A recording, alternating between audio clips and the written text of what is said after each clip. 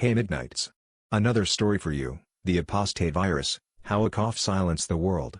Thank you for listening. Don't forget to subscribe. The world ended not with a bang, but with a cough. A persistent, hacking cough that started in the gleaming, sterile labs of Chrysalis Prime, a pharmaceutical giant notorious for pushing ethical boundaries in its pursuit of profit. Dr. Aris Thorne, a brilliant but arrogant virologist, was at its heart.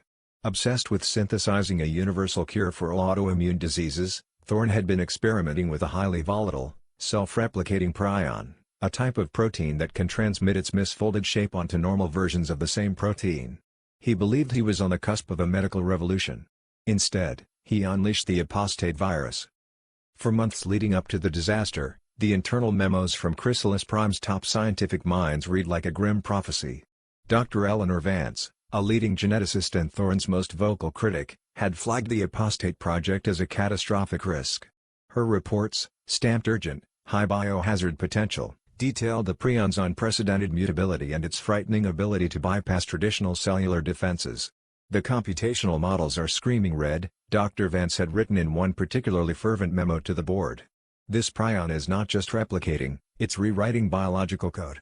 We've observed cellular necrosis accelerating simultaneously with a horrifying regenerative response.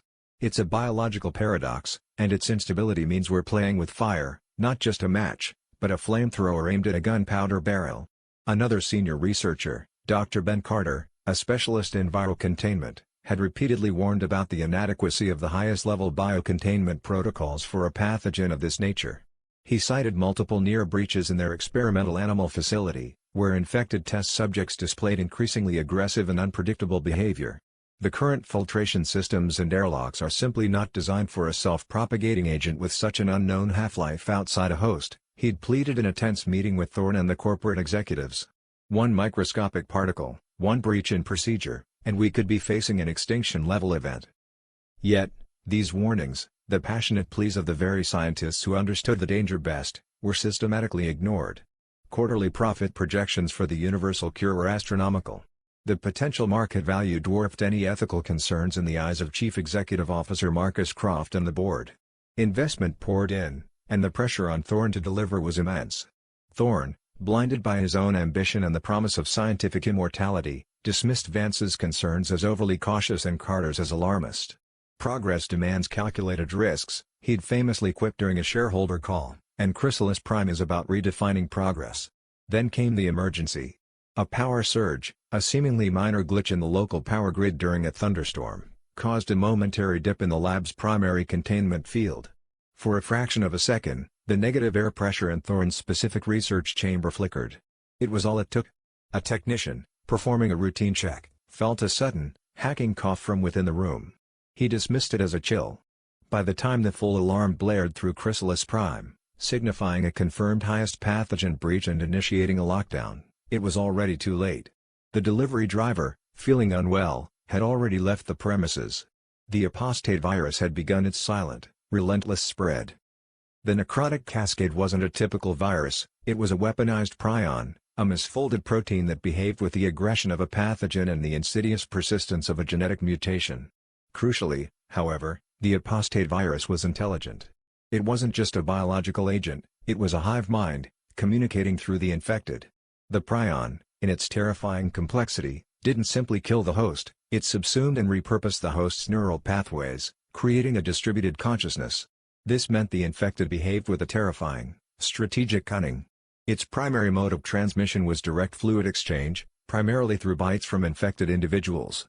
When an infected individual's saliva, teeming with the active prion, entered a healthy person's bloodstream through a wound, the infection was almost instantaneous. The prion immediately began its work, rapidly converting healthy proteins in the victim's brain and nervous system into more misfolded prions.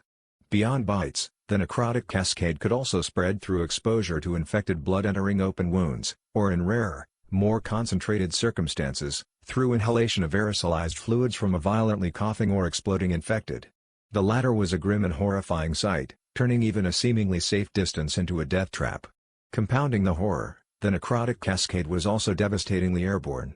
Even a single infected person's breath, a cough, or a sneeze could release microscopic prion particles into the air, creating an invisible, silent killer that spread far beyond direct contact.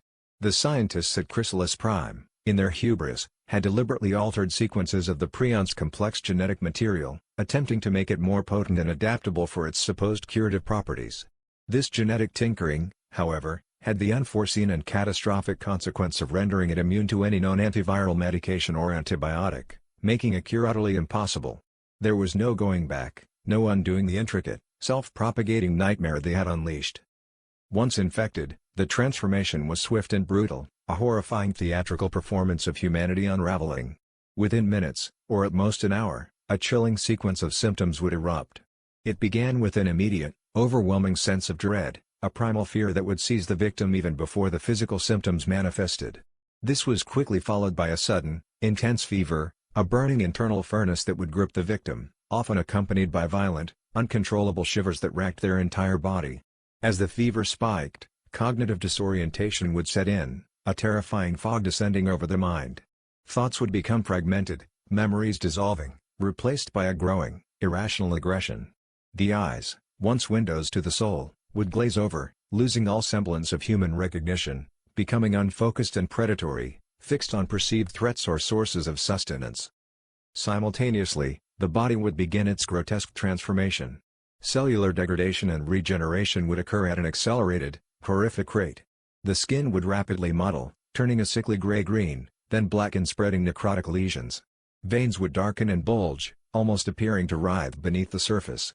Yet, paradoxically, muscle tissue would regenerate in a grotesque parody of life, becoming denser, more fibrous, capable of unnatural feats of strength. Coordinated movement would vanish, replaced by jerky, uncoordinated shambling. Limbs would move independently, propelled by raw, corrupted nerve impulses. The heart might cease to beat, the lungs might stop breathing, yet the prion, having rewired the central nervous system, would keep the basic motor functions and the aggressive imperative running, essentially reanimating the cadaver. The victim, now a husk of their former self, would essentially reanimate, a decaying cadaver propelled by an alien hunger. The infected, now colloquially known as Shamblers or apostates, were driven by one primal instinct, to spread the necrotic cascade. They felt no pain, no fear, only an insatiable hunger for living tissue. Their groans were the sound of corrupted biology, a death rattle of humanity, a mournful symphony of what once was. Adding to the horror, the necrotic cascade possessed an insidious capacity for self-mutation. Unlike typical viruses, this prion could subtly, but significantly, alter its own structure, enhancing its lethality and the aggression of its hosts. After a few weeks, sometimes even days depending on the environment and the host's initial genetic makeup, infected individuals would undergo a secondary, more terrifying transformation. This was the virus evolving, and its host along with it. Their decaying muscles, already enhanced, would tauten further, appearing almost corded beneath the rotting skin. Their previous shambling gait would be replaced by a lurching, desperate run, an ungainly but terrifying burst of speed. Their roars, once mere guttural moans, would deepen, becoming more resonant, echoing, no longer just a sound of hunger but guttural expressions of a reinforced, insatiable hunting instinct. These alphas, as some desperate survivors called them, were faster, stronger, and more resilient to damage, making every encounter exponentially more perilous. Their teeth would elongate slightly, their nails would harden into crude claws. They became living, rotting embodiments of the cascade's relentless evolution, a terrifying testament to its adaptive, destructive power. The apostate virus escaped Chrysalis Prime through an unsuspecting delivery driver, who, after a feverish day, unknowingly infected his entire suburban neighborhood. Within days, the localized outbreak transformed into a regional crisis, and then, with terrifying speed, into a global catastrophe. The airborne nature of the prion, coupled with the interconnectedness of modern civilization, facilitated its terrifying spread across continents. From the initial outbreak zone in the American Midwest, the virus began its global journey through the arteries of international travel.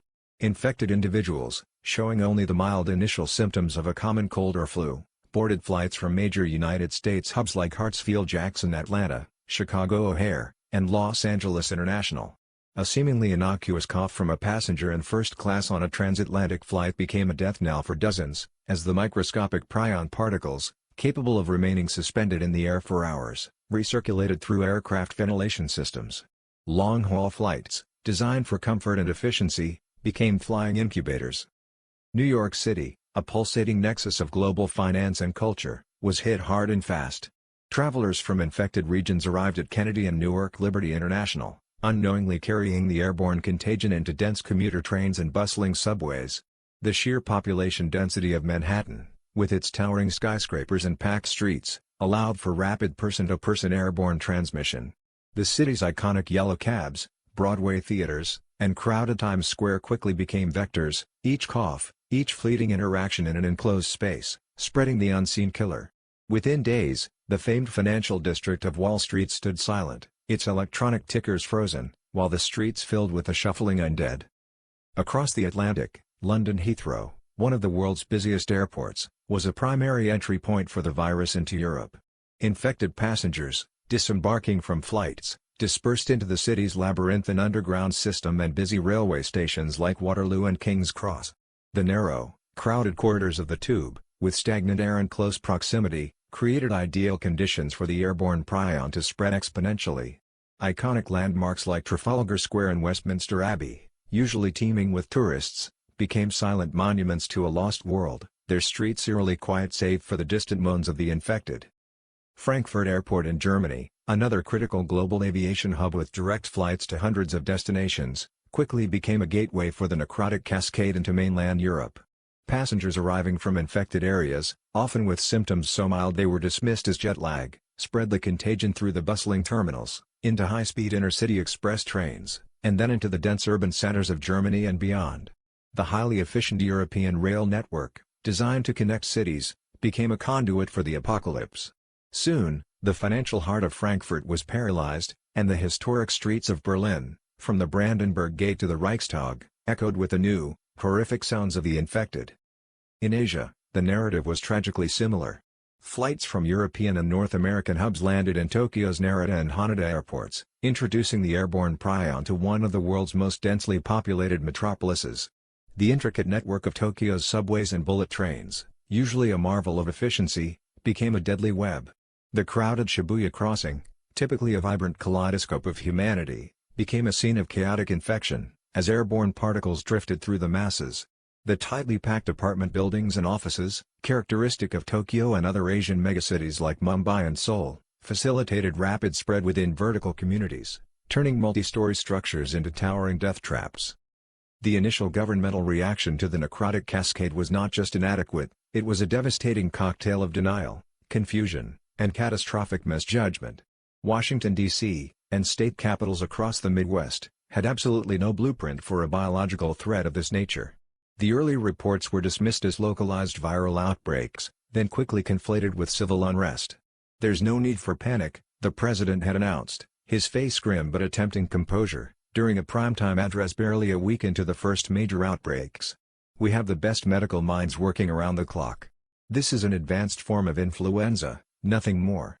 This was echoed by governors and local officials, who, lacking any real intelligence or understanding from federal agencies, tried to maintain calm with reassurances that quickly crumbled into ashes. When the reports of reanimated corpses started filtering in, they were met with outright disbelief.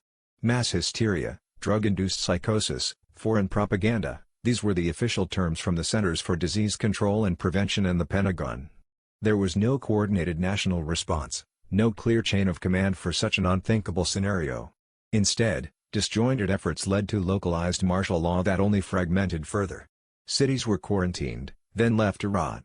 Military units, trained for conventional warfare, found themselves facing an enemy that defied every tactical doctrine. Soldiers, initially ordered to contain, then to neutralize threats, were overwhelmed, their ranks thinning as confusion and fear turned to terror. They lacked proper biocontainment gear, clear objectives, or even the basic understanding that a bite meant certain, horrific transformation. Many fell, not to enemy fire, but to the snapping jaws of the infected, adding to the ranks of the very foe they were supposed to fight. Supply lines fractured. Hospitals, already overwhelmed by the initial fevered wave, collapsed under the sheer volume of the dying and the reanimating. The very infrastructure designed to protect them became a death trap. The world simply wasn't prepared for the dead to walk. The world ended on a Tuesday. The day the news channels went silent, replaced by static. The day the power grids failed, plunging cities into an echoing darkness. The day the last coordinated military efforts collapsed under the sheer, unyielding tide of the undead. They weren't fast, not like in the movies, but they were relentless, numerous, and their bites were a death sentence, turning victims into new vectors within minutes. Humanity, once the apex predator, was now just prey. This was the new reality for mankind, affecting every corner of the globe, every surviving soul. The world as they knew it was gone, replaced by a constant, horrifying struggle for existence against an intelligent, evolving enemy. Before the world became a graveyard, these survivors were just people, living ordinary lives in the heartland of America. Tom stared at his laptop screen, the corporate spreadsheet a meaningless grid of numbers. He was only in his mid-20s, a junior analyst at a marketing firm in Omaha, Nebraska. His biggest daily concern was whether he'd hit traffic on his commute home or if he'd remember to pick up dry cleaning. Life was a predictable, comfortable hum of meetings, deadlines, and weekend plans. Until now. The news alerts had started as a trickle, unusual flu outbreak on the coasts. Then a steady stream, quarantine measures expand. Now, they were a deluge. His phone buzzed with an emergency broadcast system warning, static-laced and chilling. He looked out the window of his high-rise apartment. Below, the familiar urban sprawl of Omaha was transforming. Cars lay abandoned in the streets, doors ajar. Distant sirens wailed, then abruptly ceased. And then he saw them. Shambling figures, moving with an unnatural, broken gait. A primal fear, cold and sharp, seized him. This wasn't a flu. This was something else entirely. The hum of the city was replaced by a rising chorus of screams, punctuated by guttural moans. Tom, a guy who'd never thrown a punch in his life, found himself frantically locking his apartment door, his mind racing to comprehend the incomprehensible. His corporate life, his meticulously planned future, had just disintegrated into a nightmarish, undeniable reality. Sarah gripped the hilt of her machete, the worn leather slick with sweat. Her breath hitched in her throat, each ragged inhale a silent prayer. Around her, the hushed whispers of her makeshift family echoed in the abandoned supermarket. This was her new classroom, teaching survival instead of history. Before the collapse, Sarah had been a high school history teacher in a small town outside Des Moines, Iowa, passionate about the past but even more so about shaping the future of her students. Her days were filled with lesson plans, grading papers, and the small triumphs of a well-explained concept. She was organized, observant, and possessed a quiet resilience that would serve her well now. Liam, the former emergency medical technician, meticulously checked the worn M16 rifle. His life before had been about saving lives in a functioning system, patching people up after accidents or illnesses in Kansas City. He was used to the chaos of emergencies, but always within the confines of established protocols and a functioning hospital system. He was practical, skilled in first aid, and had a calm demeanor under pressure, traits that were now invaluable in this endless emergency. Old Mr. Henderson, a retired carpenter from a rural Nebraska farm, sharpened a broom handle into a crude spear, his hands trembling but his gaze resolute. Before the world ended, his days were spent tinkering in his workshop, enjoying his garden, and complaining about the news. He was a man of routine, solid and dependable, with hands that knew how to build and fix anything. His age had given him a certain quiet wisdom and patience, now applied to the brutal realities of survival. And Maya, just 16, her face smudged with dirt but her eyes burning with a defiance that belied her youth, clutched a shotgun almost as big as she was. She was a typical high schooler from a Chicago suburb. Her biggest worries before were school assignments, social media, and what to wear to the next party. She was smart, quick-witted, and often underestimated, a firecracker waiting to be lit. The outbreak forced her to grow up faster than anyone should, turning her into a hardened survivor. Their refuge was a fortress of desperation, shelves toppled to create barricades, broken glass scattered on the floor for an early warning system, and a perpetual stench of fear and mildew. They had been surviving for months, moving from one abandoned building to another across the desolate Midwest, scavenging for food, water, and anything that could offer a semblance of hope. The latest threat was a horde, a shuffling, moaning mass of at least 50, attracted by a dropped can of beans. Their guttural symphony of death was growing louder, echoing off the cracked concrete of the supermarket's parking lot. Among them, a few were different, faster, their roars sharper, their movements less a shamble and more a predatory lurch. Alphas. But beyond the raw power, there was a new, chilling quality to their movements, a subtle coordination, a predatory intelligence in their pursuit. One alpha, instead of blindly charging, seemed to be directing others, using a low growl to guide them around the barricades. "They're circling the back," Liam murmured, peering through a gap in the stacked cereal boxes. "They must smell us. And I think I see some of the faster ones. And they're thinking. Sarah nodded, her jaw tight. All right, everyone knows the plan. Maya, you're on overwatch for mile 7. If they breach, you suppress. Liam, you and Mr. Henderson cover the front entrance. I'll take point. Remember, aim for the head, especially with the alphas. They hit harder. And watch their movements. They're learning. The first breach was swift, a collective groan from a dozen undead as they smashed through a reinforced window, shards of glass showering the floor. But it wasn't a blind smash. 2 Shamblers had rammed the glass simultaneously, almost like a coordinated battering ram, while others moved in a flanking maneuver. The sound of splintering glass was drowned by the immediate, sickening thud of the first Shambler hitting the ground. Sarah was a blur of motion, her machete arcing down, severing a decaying head with a brutal efficiency born of desperation. The blade bit deep, a wet crack of bone and cartilage, and the head rolled, its vacant eyes still fixed on nothing. The stench of decay was immediate, overwhelming, a foul cocktail of rotting flesh, stagnant blood, and something acrid, almost chemical, that clung to the air. Liam's M16 rifle chattered, its sharp reports punctuating the wet thuds of falling bodies, each round tearing through putrid flesh with a sickening wet thwack. Mr. Henderson, surprisingly agile for his age, thrust his spear with grim determination, its sharpened broom handle punching through a chest, impaling a Shambler against a shelf of dented cans. He yanked it free, a desperate grunt escaping his lips, keeping the immediate threats at bay. But there were too many. They flowed in, a tide of gnashing teeth and outstretched, rotting hands.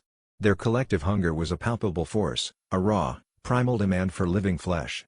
One lunged at Sarah, its decaying fingers, tipped with broken nails, tearing at her jacket, the cold, clammy touch making her skin crawl. She spun, bringing the machete across its throat, the blade catching on gristle before it finally cleaved through. The Shambler choked, a ragged gurgle, as its head lolled unnaturally to the side before its body sagged. Then, the true horror entered. An alpha burst through the main doors, its arrival marked by a deeper, more resonant roar that vibrated in their chests. This one was different, its movements no longer the haphazard shuffle of the fresh infected, but a lurching, desperate run. Its skin, once merely mottled, was now a tapestry of blackened necrosis and exposed sinew, the muscles taut and bulging beneath. Its eyes, once vacant, held a malevolent, predatory glint. But what was truly terrifying was the way it moved, not just fast, but with purpose, dodging Liam's initial spray of bullets by dipping its shoulder with almost uncanny precision. It charged Liam, a blur of decaying speed. Liam brought up his rifle, firing a burst, but the alpha seemed to absorb the shots, its momentum barely faltering.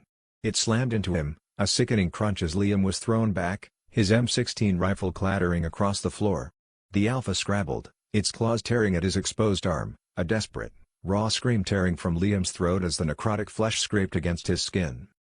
Maya, perched on a stack of canned goods, a thin sheen of sweat on her brow, fired her shotgun.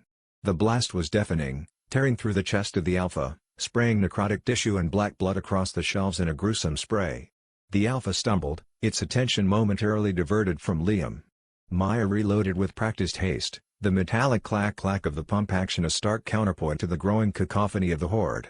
Her face was a mask of grim concentration, streaked with dirt and fear, but her eyes held an unwavering, terrifying resolve.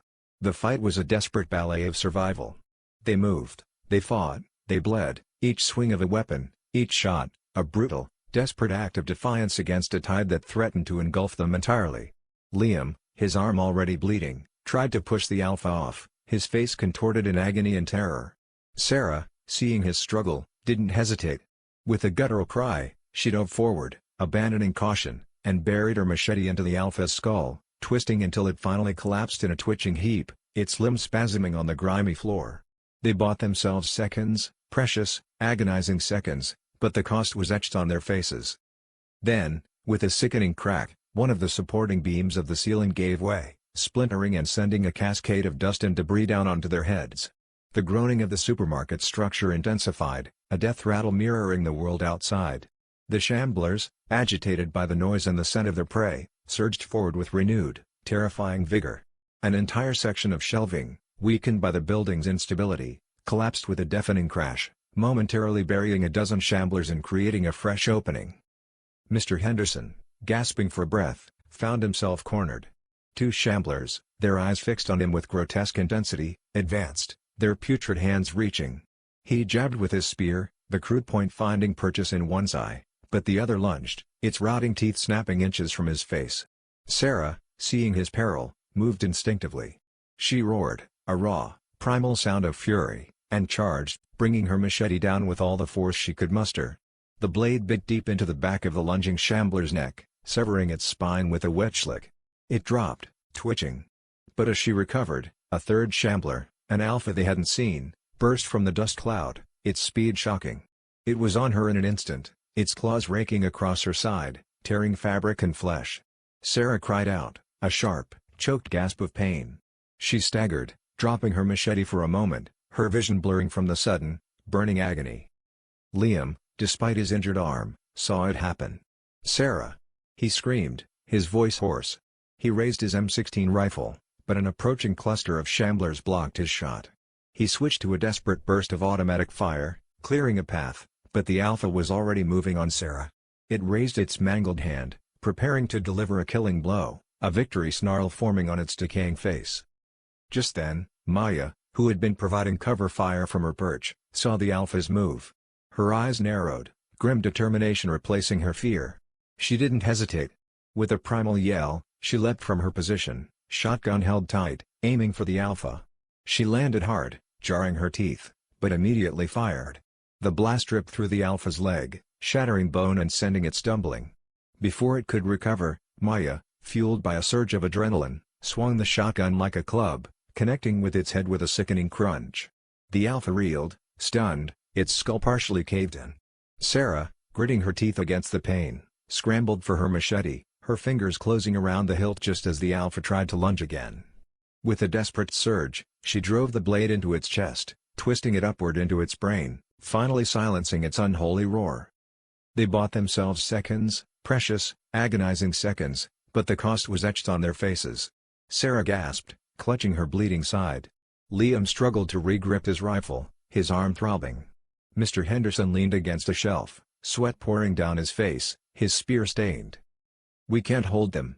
Mr. Henderson yelled, his voice raw, hoarse with exertion and terror. Another horde, this one clearly containing more Alphas, their distorted roars echoing the building's groaning foundations, was pushing through the main doors. The barricades they'd stacked were splintering under the onslaught, a desperate wave of despair washing over them. And this time, they weren't just pushing. A chilling sound, almost like a strategy, began to emerge, rhythmic scratching, followed by sudden, coordinated pushes from multiple points on the steel door, testing its weakest points. It was less a mindless assault and more a siege. "To the storage room," Sarah shouted, her voice a ragged shriek over the din. "We can barricade it. Last stand." They retreated, a desperate scramble, covering each other, Liam stumbling but quickly supported by Sarah. The storage room was small, cramped, filled with dusty, forgotten stock, but it had a single, heavy steel door. As the last of them squeezed inside, the metallic clang of the door slamming shut echoed. Liam and Mr. Henderson wrestled a pallet of bottled water against it, groaning with effort, their muscles screaming, their faces pale with exhaustion. The door shuddered, resisting for now. Outside, the pounding began. A rhythmic, relentless thudding that vibrated through the very foundations of the building, each impact a physical blow to their fading hope. The guttural moans grew louder, more frantic, now punctuated by the deeper, more enraged roars of the Alphas, a symphony of death that promised no quarter. They were trapped. The air grew thick with the smell of their fear and the distant, ever-present stench of the infected. Hours bled into an eternity. The pounding on the steel door never ceased, a constant, visceral reminder of the death waiting outside, gnawing at their sanity. The sounds shifted. Less chaotic, more deliberate. There were scraping noises, as if something was being dragged. The occasional heavy thud, then another, precisely spaced. It was the sound of tools being used, or more likely, heavy objects being employed as makeshift battering rams, guided by a chilling, collective will. They huddled in the darkness, the faint, flickering light of a single lantern casting dancing, grotesque shadows on their exhausted, grim faces. Hope was a fragile thing, a tiny ember in a world plunged into darkness, constantly threatened by the overwhelming cold. "We can't stay here," Maya whispered, her voice trembling, close to breaking. "They'll break through eventually. That door won't hold. They're not just trying to get in, they're figuring out how." Sarah looked at her, then at Liam, clutching his injured arm, his face pale with pain and fatigue, and at Mr. Henderson, his eyes sunken but still defiant. Their faces were etched with weariness, but in their eyes, she saw not despair, but a stubborn refusal to yield. "We find another way," she said, her voice quiet but firm, a promise made not just to them, but to herself. "We always do. We don't stop." The fight for survival wasn't just about avoiding bites or finding food. It was about holding on to what made them human, even when the world outside was a decaying mockery of life. It was about the defiant spark that refused to be extinguished, even in the face of oblivion.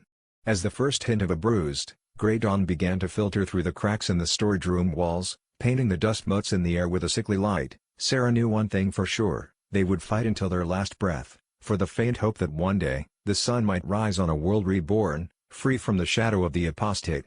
And if not for them, then for whatever came after. The new reality, horrific scenarios.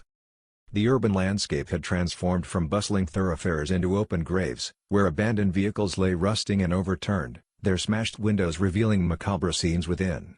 Piles of uncollected garbage festered, attracting swarms of flies that only added to the pervasive, sweet stench of decay. But it was the constant, intelligent movement that truly defined the horror on the streets, a new reality for every living soul. In cities, the infected moved in tides, vast, undulating masses of Shamblers.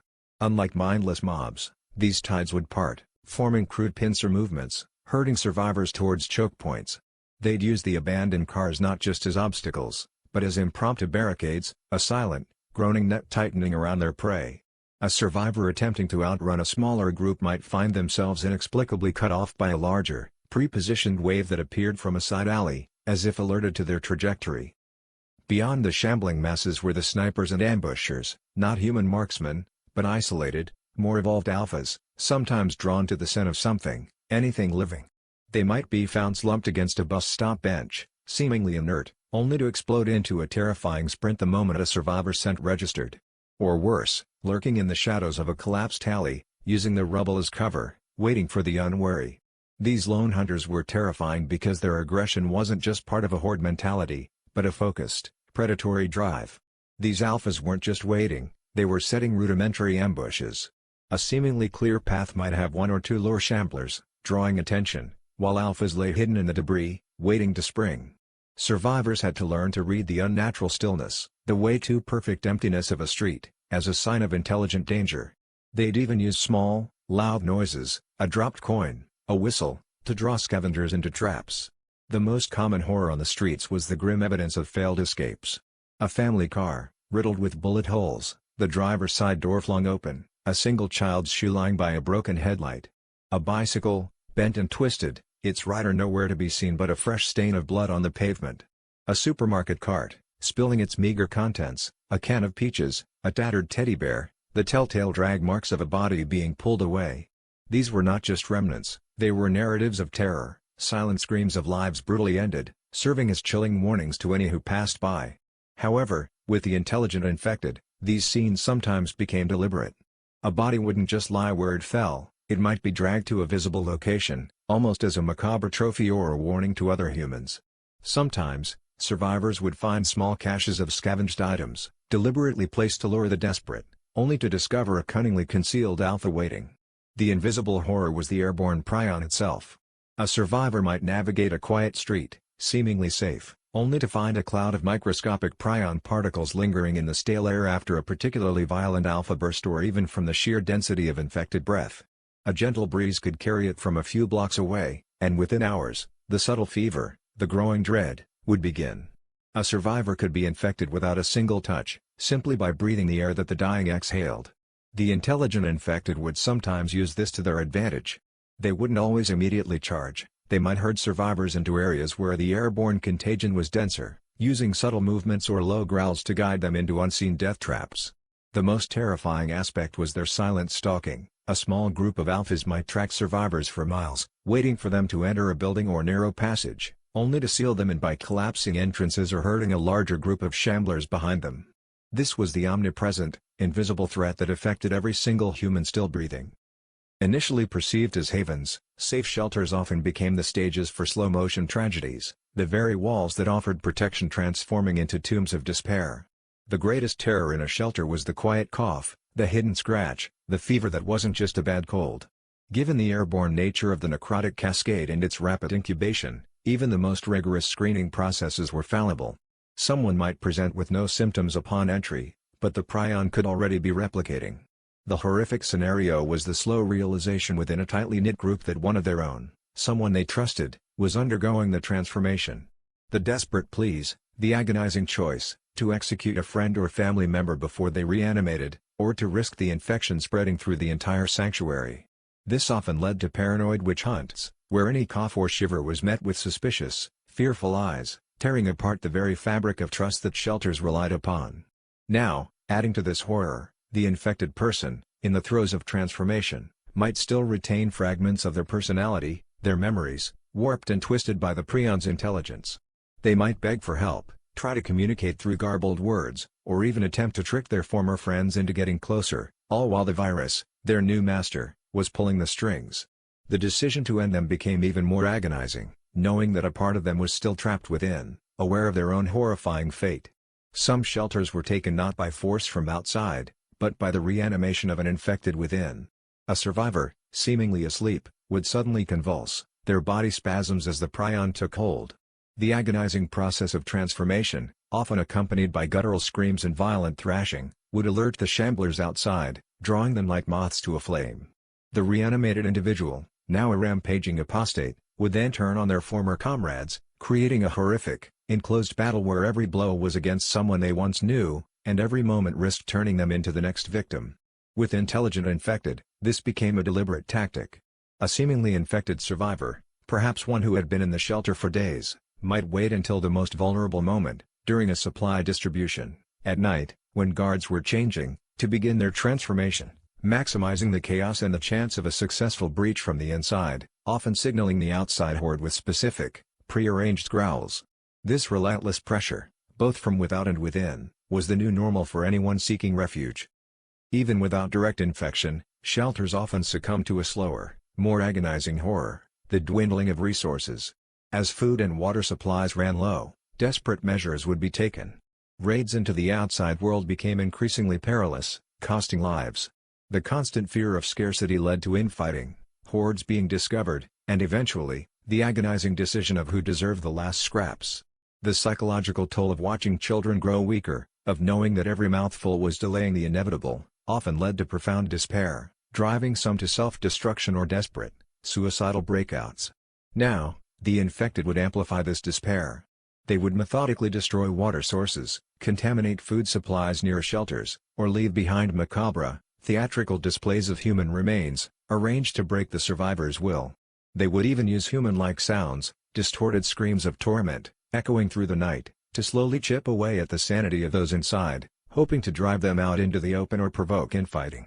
The alphas, with their increased intelligence and predatory instincts, sometimes learn to adapt. Not all breaches were frontal assaults. There were whispers of alphas learning to climb, to mimic sounds, to patiently stalk a shelter's periphery, looking for weaknesses.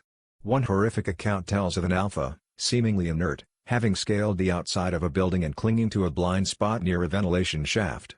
It patiently waited, perhaps for days, for a moment of weakness, for a survivor to open a window for a breath of fresh air, or for a guard to momentarily relax, before it violently breached, turning a perceived sanctuary into a slaughterhouse. Now, alphas would coordinate these infiltrations. One might distract guards at the main gate while another, or a small group, used a previously identified weak point to enter silently. They weren't just looking for an opening, they were actively creating them, manipulating the environment, even seemingly moving discarded debris to create ramparts or block escape routes once inside. Hiding places, meant for temporary respite, became psychological torture chambers, amplifying every fear. Imagine being hidden in a cramped attic, a dark basement, or a derelict closet, the world outside a symphony of groans and dragging feet. The horror wasn't seeing the infected, but hearing them. The slow, rhythmic thump of footsteps directly above you, the ragged breathing just on the other side of a thin wall, the sudden, violent thud as an alpha slammed against the door you barricaded. The lack of visual confirmation, the inability to assess the threat, allowed the mind to conjure far worse images than reality could provide, leading to suffocating claustrophobia and the terror of discovery. With intelligent infected, these sounds became deliberate. Alphas would use rudimentary mimicry, a child's cry, a whispered "help me," the faint jingle of keys, to lure survivors from their hiding spots, only to pounce. They would bang on doors, not just blindly, but in patterns, like a terrifying, relentless interrogation, trying to break the will of those within. This constant, psychological torment was a universal truth for those in hiding. A common horror in hiding places was the silent, agonizing transformation of a fellow hider. Someone might have a small cut, an unseen exposure. The fever begins, then the twitching, the glazed eyes. In the confined space, there's nowhere to go, no way to escape. The others watch, frozen in terror, as their companion's body begins to contort, their face contort, their throat straining to produce the first unholy gurgle of the reanimated. The horrific dilemma: kill them now, in their last moments of humanity, or let them reanimate and threaten to doom everyone in the cramped space. This transformation became even more sinister. The turning victim might look directly at a survivor, their eyes, even as they glazed over, holding a flicker of recognition, a silent, damning accusation, as if the virus was revealing its mastery. Sometimes, they'd point, or make a last, raspy sound, revealing a hiding spot or a weakness, a final act of betrayal orchestrated by the invading intelligence. In small, sealed hiding places, the air itself became a source of dread. If one person was infected, the airborne prion could fill the stagnant air, making everyone else sick. The horror was the slow, inevitable realization that the very act of breathing in the confined space was a death sentence. Panic would set in, leading to desperate, often futile attempts to escape, or a grim acceptance of their shared fate, breathing in the very air that would soon turn them. The intelligent infected would sometimes deliberately surround a hiding place, not to breach it immediately, but to seal it off, allowing the airborne prion to build up within the enclosed space, effectively gassing the survivors with their own transformed air, waiting for them to succumb or be driven out. Sometimes, the most horrific moment in a hiding place was the absolute silence. After hours, or even days, of constant noise from the outside, the infected would seemingly move on. A dangerous lull. The survivors, starved for relief, might finally give in to the desperate urge to peek, to open a door, to take a breath of fresh air. And then, the sudden, explosive breach, as a patient alpha, or a small, unnoticed group of Shamblers, burst in, having waited in silent ambush, turning their moment of hope into a final, bloody end. This lull was now often a calculated feint. The intelligent infected would create silence, deliberately moving away, only to return with a coordinated, overwhelming force the moment they sensed the survivors relaxing their guard, or attempting to exit. They didn't just stumble upon prey, they cornered it, manipulated it, and then delivered the final, intelligent strike. This cunning and relentless pursuit became an inescapable aspect of every survivor's existence.